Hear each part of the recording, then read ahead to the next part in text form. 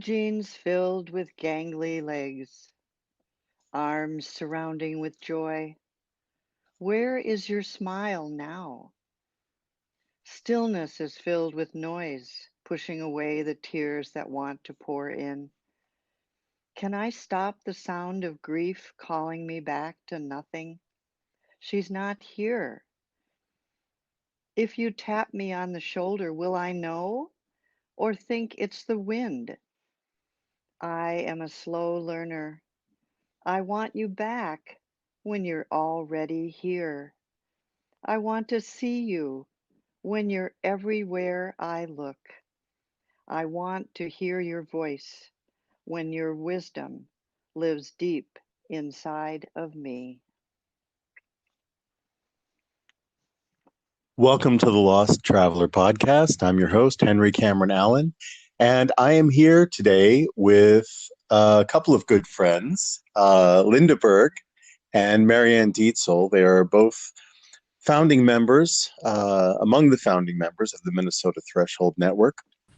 And if you click on their link in the description, that will take you to the Amazon pages for both of their books.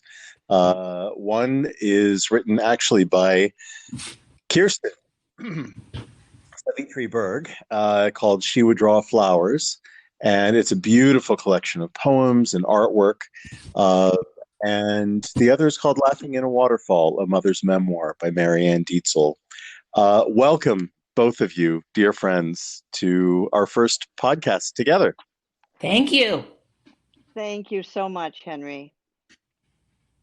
Now, that poem that you just read, Linda, is that from She Would Draw Flowers? Well, that's my poem that I wrote, and it's in my latest revised version of, I put a few of my poems in the latest version, but that's one that I wrote actually in 1998, which was just a couple of years after, when I was really searching for how to connect to her, and then I'd keep remembering that she's always here.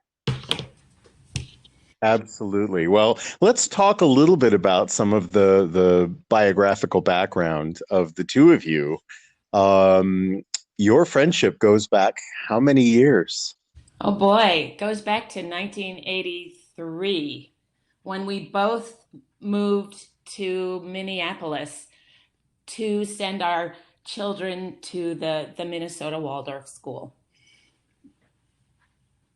And were you both living in the same place before that, or did you meet in Minneapolis? No, we met in Minneapolis. And our Wonderful. girls, of course, were in the same class, and this, so that we got to be friends as families and them as classmates. Right. From the beginning. Right. Oh yes, Wow. from kindergarten. Well, it was actually a preschool year they were in together, Right. and then all the way through. Although we had 5 years when we lived somewhere else, but yeah. And so then something happened in 1995 that sort of sprung you into a completely different world. That is Marianne, Linda's story. well, it's both of our story Yes. about the girls. Why don't you talk about the girls going, and then I'll talk about what happened. No, this is 1995, Linda. Oh, That's your story. well, 95 is when my husband died. Yeah. And Kirsten and everyone was a part of a home vigil at our home for him. It was a sudden death, and so we were all just in shock, but having a home vigil, really being able to be with him, made a difference. And then it was the next summer that the girls had an experience that made their lives change. Marianne, do you want to talk about that? Yes. So they had both gone to the Waldorf school through 8 grades, and then were both attending different public high schools. They went to a summer gathering of Waldorf graduates, and they came back from that, even though they weren't, from high school, but they came back just so enthused about that education, which included the artistic element so strongly. And they both said, we want to go to a Waldorf school to finish high school. So they figured out a way to do that, and it was in Harlemville, New York, that they chose to go to the Hawthorne Valley Waldorf School. We had some friends there, and they lived in the home of a teacher that was near to the school, and they could walk back and forth to the school. That's wonderful. I've been there. It's a beautiful, magical place. Yes, just a rural community, very close knit community. So Yeah, and go on, Linda. well, in those 3 months, they really opened the eyes of a lot of their classmates to how beautiful it was there, because they kept wanting to go for walks and be by the creek and walk in the hills, and they had a kind of joy about them that people later remembered with great affection. So Marianne had gone to visit and taken Nina to look at colleges with Kirsten, and um, and then I went out for Thanksgiving weekend. And so the morning after Thanksgiving, we had borrowed a car to go thrift store shopping, and that's when the moment in life that changes us. We went under a viaduct early in the morning, and we hit black ice on the other side and slid across the road, and a 16-wheel truck was coming up, and um, so we had a huge collision, and the two girls died, and the car was cut open, and I was airlifted to by airvac to, or by the helicopter to the hospital for an 18-hour surgery to try and save me. Which we're all grateful that they did. So, Seriously, both of you have had such an impact on the world through this experience. Do you look back on that time as a tragedy? That's a big question. Yes.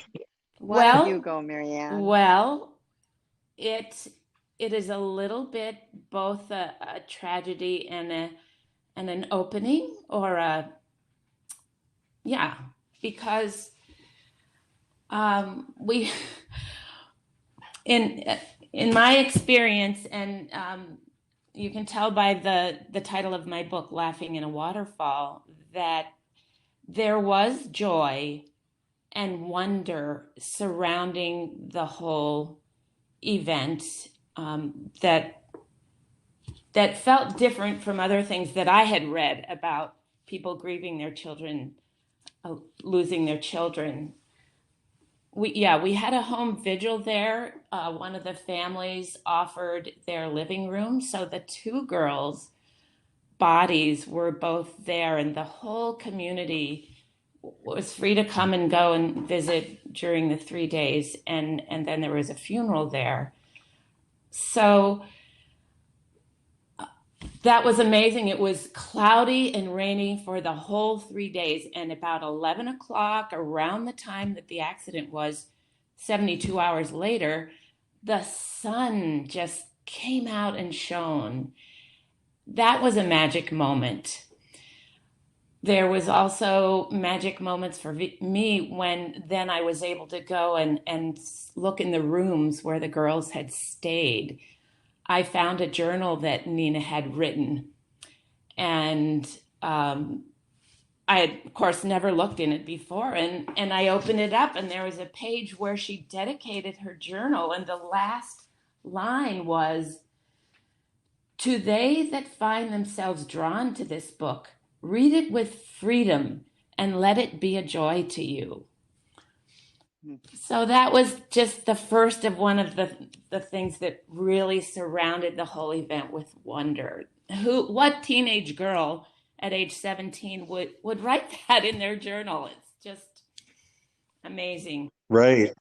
Did it take time for you both to find that, or was it in the moment? I know for me, in the loss of my son Cameron, it was a similar kind of a thing. It was a very nebulous time around the time of his passing, but little by little things started to happen. As you say, it was like magic. Like the sun would come out, or a cardinal would sit on the windowsill, or a butterfly would come by, and I just had a feeling. It was just a feeling of comfort. And I can look back now, and the reason I asked the question about do you see it now as a tragedy, is because so many people, as I'm sure you've experienced with people who hear about Kirsten and Nina, that it's a club no one should belong to, and the whole thought of it being the worst thing that can happen to a person, and it's just shrouded in such a dark, tragic thing. And hear you both talk about your daughters, and to see how you have brought their legacy to the fore in service to others, channeling your grief through service, has been a real inspiration to me, I have to say. Uh, Yeah. Well, I wanted to share a thought about this kind of sorrow and joy, mhm. because I think that part of it is, can we stay open?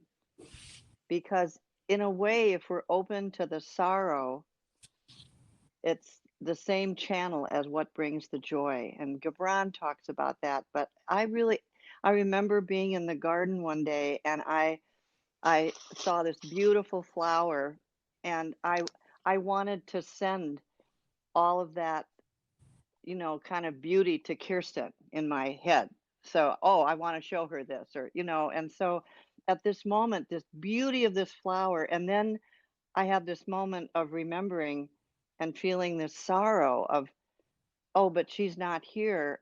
And then this other thing happened where, well, maybe she's sending me that beauty. And Mm. and where is who? And it was a moment of kind of a channel that are both our grief and our tears that are real and authentic, and we've lost that physical presence. It's also true that there is something else that if we can touch it, we can almost smell it, that connection of that presence or that memory of them that's so alive. So I think it's a journey that isn't like yes and no, it's a yes, no. It's I forgot about you. Oh, you're always here. So it's like being willing to be witness to a process. It's really us. I remember kind of having this conversation where Kirsten kind of said, I said, Kirsten, where are you? And she said, oh, Mom, I'm always here. It's you who goes away. Right. So We hear it's, them. yeah, so it's like that. Yeah, that's very much what the waterfall experience was for me, my husband, and my younger son. We had 2 summers after Nina died. We went up to the North Shore and went camping. And in the morning, one morning, we put on our swimsuits under our clothes and took a hike along the gorge of a river and found a waterfall that was just people sized. And so there we were looking at each other and looking at the waterfall. And I said, I'm going to do it.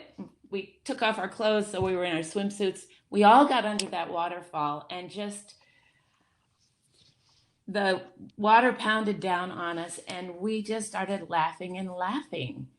And we're filled with joy. And when we got out and sat on the edge, just feeling that radiance, my husband said, what was it? I think Nina is sitting at the top of that waterfall watching us. And, I just felt like we were led to go and have this opportunity to have a joyous experience. It would have been very easy to stay dry and comfortable on the edge, but we just in a moment we plunged in, and then we were the recipient of that grace and beauty. More with Linda Berg and Marianne Dietzel after this word from our sponsor.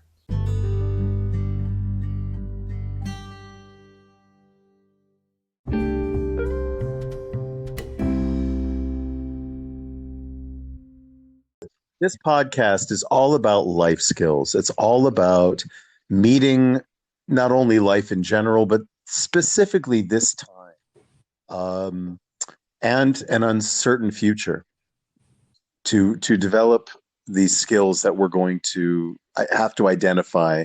And I think grief is one of them, and coping with that grief and connection is another one as well. I think the grief part is not only in the losses of people that are close to us, but the sheer numbers of people that the planet is losing at the moment, all over the world, and also the grief around, as we experience as parents who have outlived our children, the grief around the life lost that was prior to the death. And Linda, I know you and I have talked a little bit about the grief that comes before the dying, which I thought was very profound. Do you want to talk a little bit about that? And for both of you, what where did your skills come from to be open to this process and finding your way to connection? Oh my. Marianne? I very consciously realized this when I was actually, it was sitting at the funeral, that I believe that having meditated a good part of my adult life really helped know that there is something beyond the sensory world that lives, and just taking those moments in the morning and evening to just be still, be quiet, be present, I think was a way for us to be able to realize that she's not just gone, and that she was living on and could still be present for us in a different way in life. So I think really in this time that we're all quarantined, we are slowing down. And if you can slow down the anxiety as well by sitting quietly, I think that can really help. I think you're right. I think having some kind of a spiritual life that can lead you to meditation, and for every person it's unique. That connection to your inner self and also your connection to everything outside of yourself, that's a very unique process. And permission is a powerful thing, isn't it? I think for us to be able to talk about our skill building and our process and our practice, is very important right now, because I know that there are a lot of lost travelers out there. A lot of people who are wandering and wondering, how do I handle this? Whether it's been their children or their beloved spouse or their beloved parents that they've lost to this virus, or even just the people around the world that we see who are not surviving. And that seems to be what the media is focusing on. There have been a lot more survivors than not, but that doesn't discount the volumes of people who are expiring from this. And, my son Cameron used to have a little saying that nobody has an expiration date on the bottom of their foot. Wow. That we're all gonna go, Papa. We're all gonna go. Wow. Sometimes it's older and sometimes it's younger, and that's the way it's been since the beginning of people. So I'm happy if I make it. I don't make it. I just the enlightenment that our children Mm-hmm. have, whether they know it's coming or whether they don't. Cameron knew what was happening every step of Right. the way. The accident, there may have been a moment of understanding that this was it. Who can know? Um, but I think in terms of the skills that you build, to find that meditative process is going to be very important for a lot of people right now. And it could be just a moment of stillness in the morning, sitting with a cup of tea, or sitting at a ray of sunlight if it's there, sitting in your garden and just breathing. Um, that awareness. Are there techniques when you're educating people around the process of death and around the process of holding someone through theirs, which I want to get to in a minute because I know there are so many who can't right now hold their loved ones through their process. Um, are there Well, I, some specific techniques, Linda?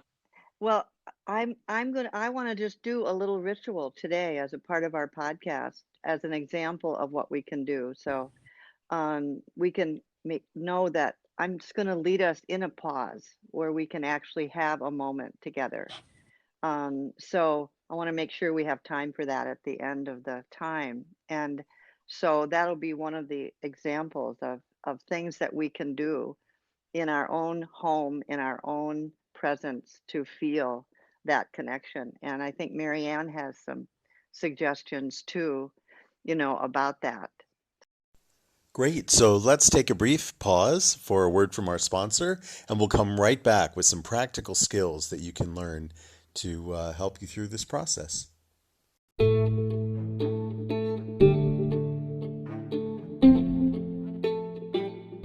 21st century life skills warrant 21st century education. Every human being is born into a classroom, each of us given the same homework, the same core assignments. Personal care skills, emotional literacy, financial literacy, environmental literacy. These and other essential life skills are unique, learned and used by each of us every day of our lives. Indeed, they are the common thread in our humanity, core to individuals and the communities they construct, surviving and thriving. Raising the bar on life skills education for all. This is the mission of Parenting 2.0. Visit www.parenting2pt0.org for more information.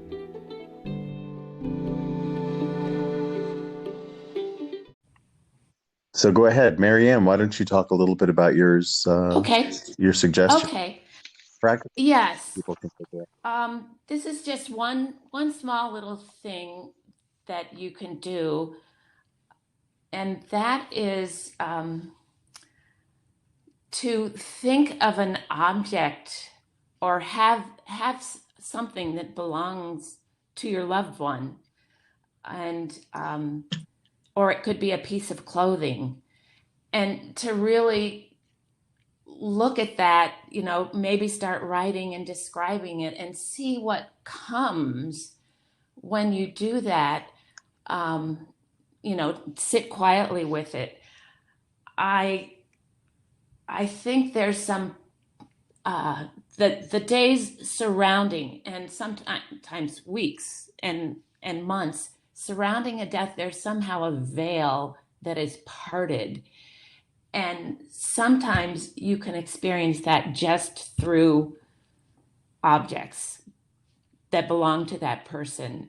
They might be just something mundane. I wrote about this in my book, how when I found my daughter's deodorant and shampoo and hand lotion, I took them home with me, and it was just so important for me to have those and to use them on my own body. um, at some point they were gone, and you know, it sort of lived in me after that. But this numinous quality of something becoming sacred for a time, even though it's just a mundane object. Later, it may just be mundane, but if you can connect with it, perhaps that can help you feel that connection with that person who you can't be with as they're dying or right after they died. Absolutely. I know that still helps me even now, a dozen years later. I still have articles of clothing that still smell like my Oh son. yeah.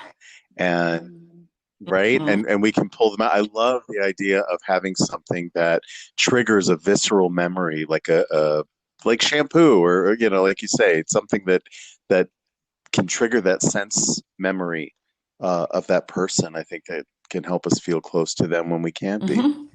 Absolutely. Mm. That's beautiful. So should I just do a short ritual with us right now? That would be Yes. great. Kind of remembrance? Okay. So um, we're going to just take a moment right here in the podcast and be present. Just kind of feel our breath. And we're going to take time to think of it could be someone that we lost a long time ago. It could be someone that is very current, that something has happened recently. It could be someone that we can't see, that we wish to see. And we're going to kind of have a space, and rituals can help us in these times.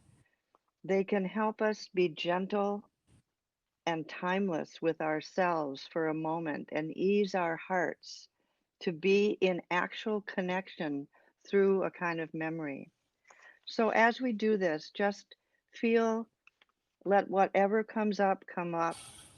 And if you want to do this, you can always come back to this part of the podcast and do it over and over another time. So to begin, maybe you could even pause the recording for a moment and get some of the things, because we're going to make an altar. An altar is just a place with something that we're making sacred by our choice.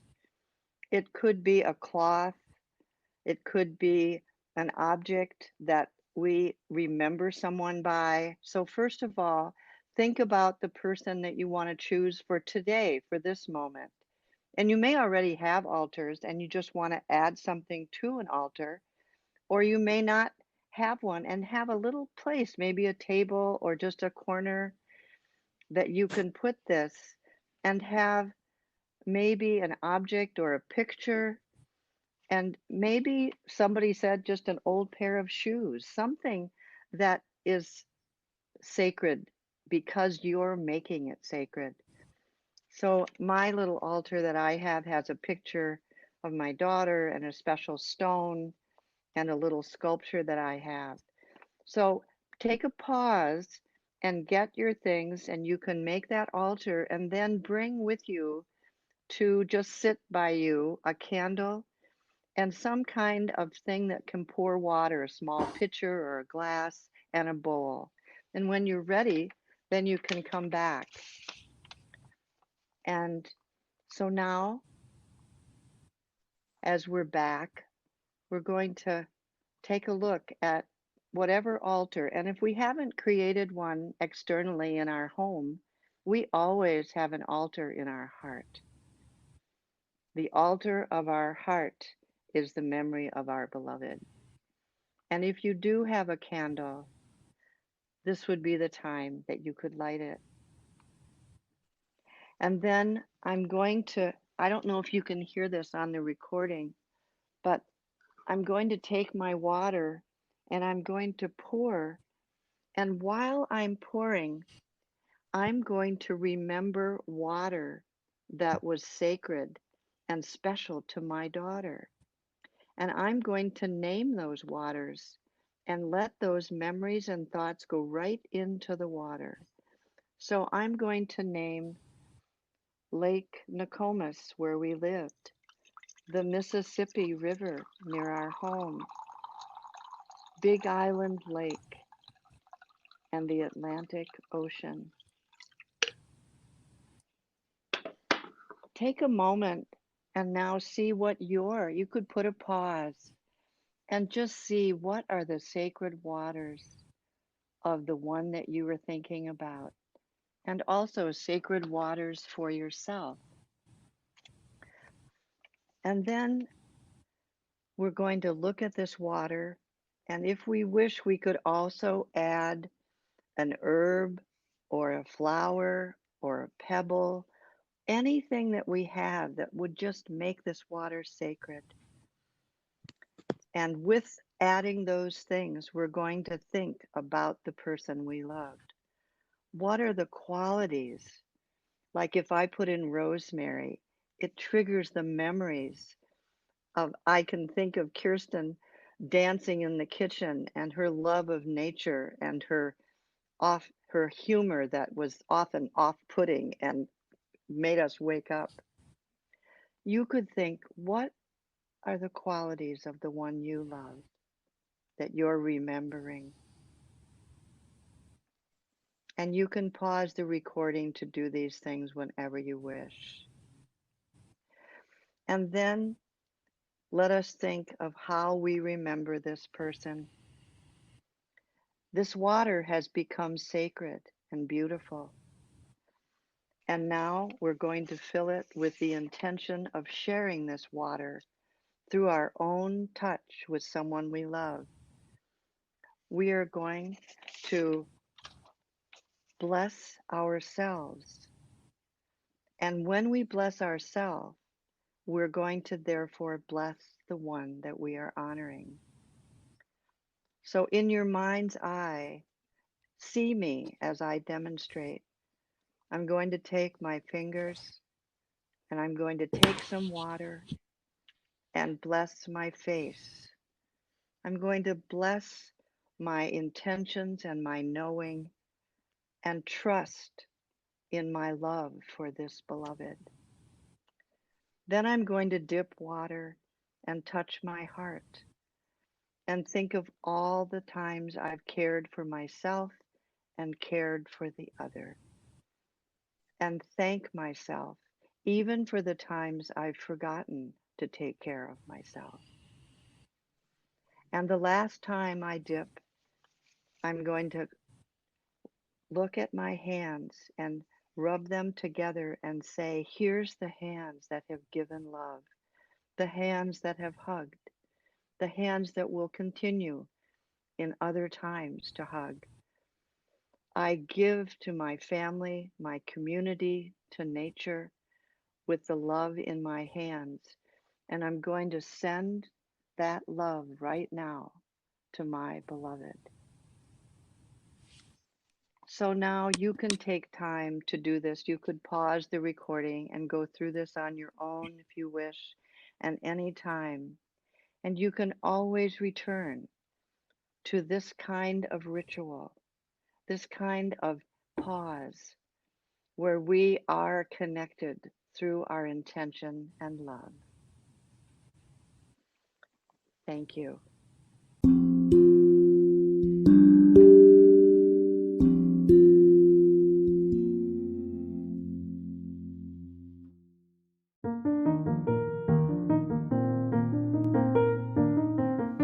Your generous sponsorship and individual support of the Lost Traveler podcast benefits the Lost Travelers Club, a charitable project under the fiscal sponsorship of United Charitable, a nonprofit 501c3 organization.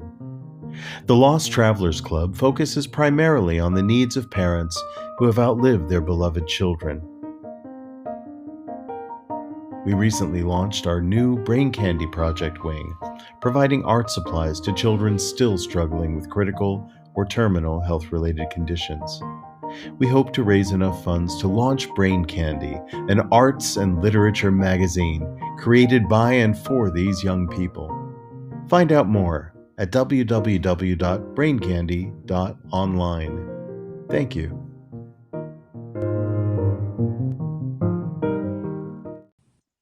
Linda, that was powerful and beautiful. Thank you so much. And I imagine that this kind of a ritual can also, like I was saying, that we're not only grieving people who we have lost or are in the process of losing, but we're grieving the world as it was before this virus hit and the state of things now. And I imagine this ritual That's right. can serve to remember the good. I love the imagery of water. I was thinking of Cameron's bath time. He loved to take baths when he was little, bubble baths. But I mean, it doesn't have to be a Yes. body of water. It Right. could be, right? Yes. It could be a drink of Yes, water. It could be his absolutely. favorite sippy cup, Yes. right? Anything. Yes. Um, Yes. really, really beautiful. In these I last, wanted to say one go I ahead. wanted to say one more thing about the altar, and that is that when we have an altar or a sacred little space, then every time we pass it, it's like a little wake up. We don't even have to light the candle or pour the water.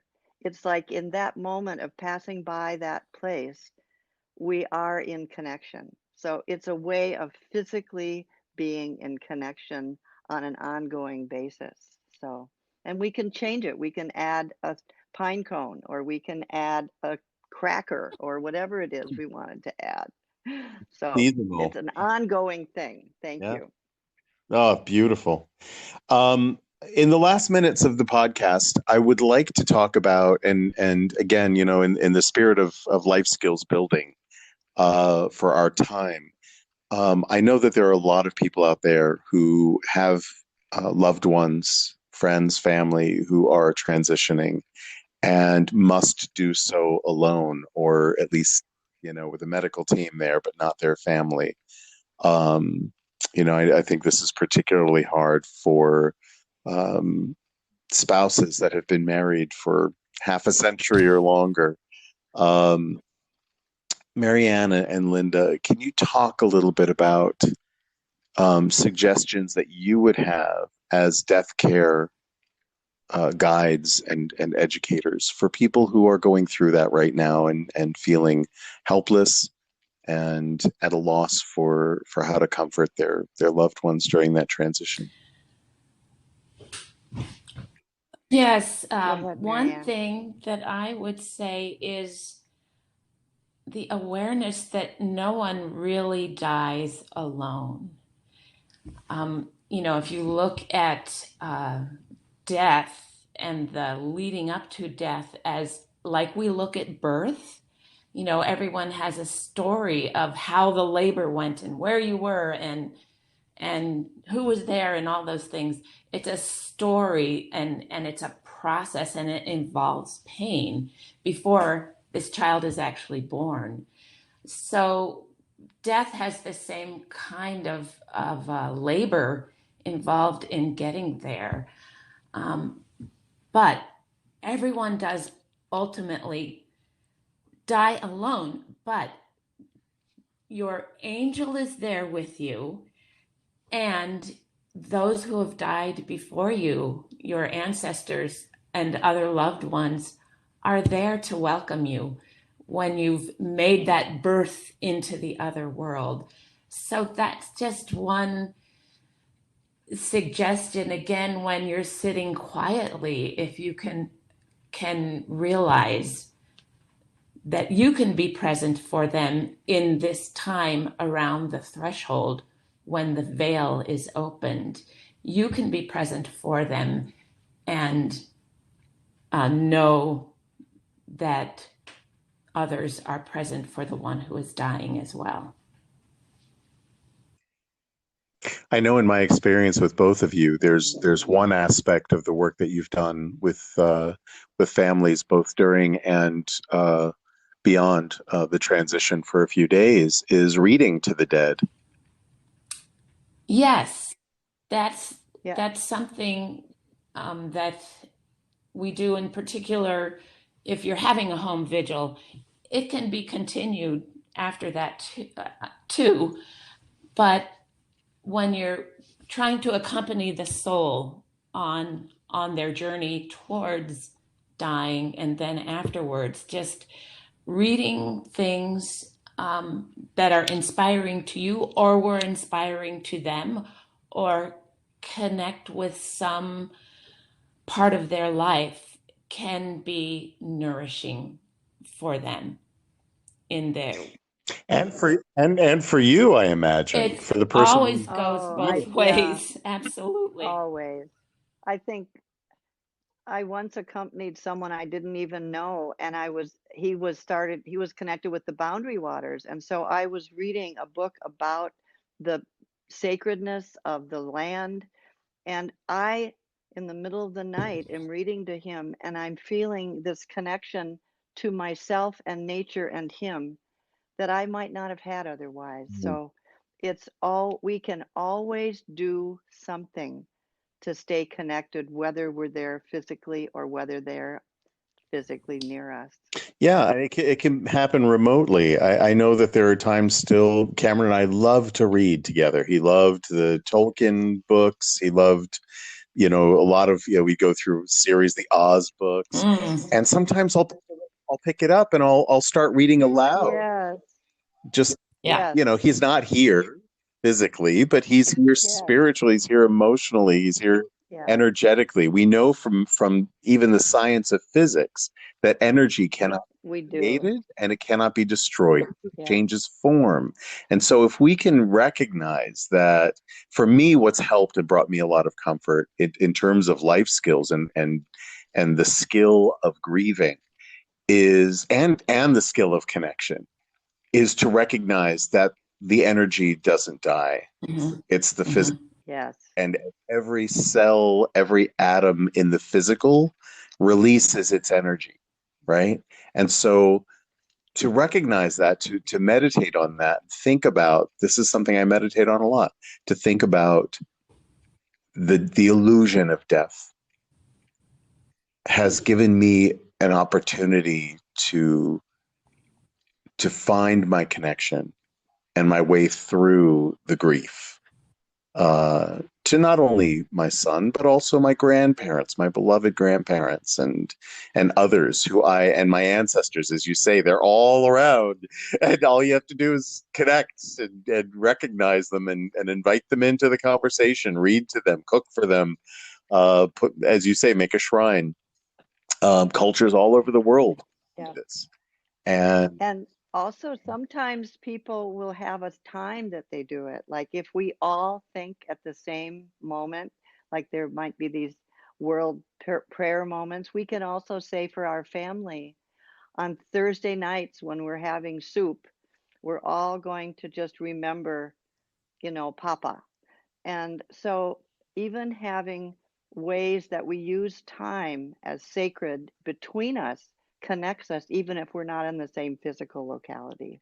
So, there's many ways. It's really the intention of connection will help us find the unique way for us. absolutely. And if you go to the description on the at the head of this podcast that introduces Linda and Marianne, again, if you click on their names individually, you will be guided to the Amazon page where you can find their books. And then if you click on Minnesota Threshold Network, it'll take you to their website, and they have so many resources. Thank you so much for being a part of starting that organization. There's also a hotline number that anyone anywhere who has questions about this process or looking for resources, looking for support or comfort, there's a number that you can call that'll be in the description as well. I want to thank you both for taking this sacred time Mm. to talk about things that people have a hard time talking Oh, about. So, and I think oh, thank you, Yes. Henry. wonderful things Thank you very much. It was a good conversation. I think there's a lot here for Yeah, that people can take away, and that's yeah. very valuable. and there's a lot more to talk Thank you. about. So we will do this again. Mm. Yes. All right. Thank you, Henry, for what you're Yeah. doing. Thank you so much for being a part of it. Goodbye. Thank you. Bye bye. Thank Bye bye.